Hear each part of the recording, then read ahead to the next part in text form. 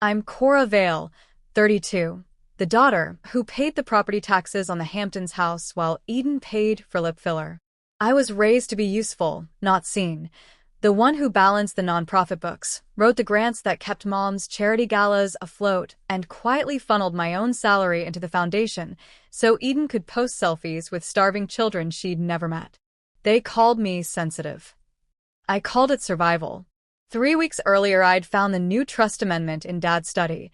My voting shares diluted to 3%, Eden and Mom named co-chairs, and a clause that let them remove me for emotional instability.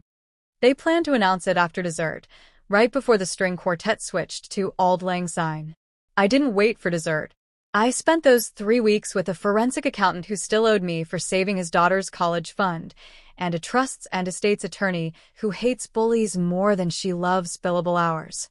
By Christmas Eve, the original 1998 trust, the one only I had the password to, was restored, my voting block locked at 53%, and a single irrevocable resolution sat in my clutch: dissolve the current board and appoint one new trustee. Me. Back at the party, Levi, who, it turns out, runs the private equity firm that underwrites half the city's nonprofits, tapped his phone. The massive screen above the fireplace, normally reserved for Eden's highlight reel, lit up with a legal notice.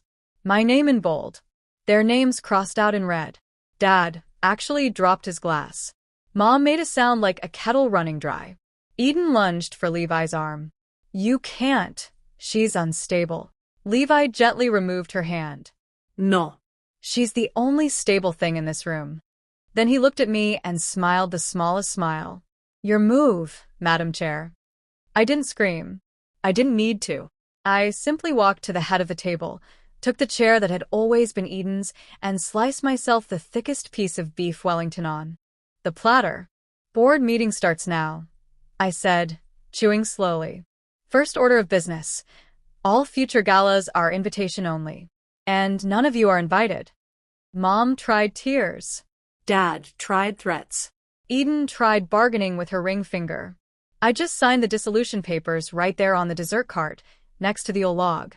The caterers started clapping first. Then the string quartet. Then every cousin who'd ever been forced to call Eden the pretty one. 6 months later, the foundation bears my name in brushed brass above a new community center in Brooklyn.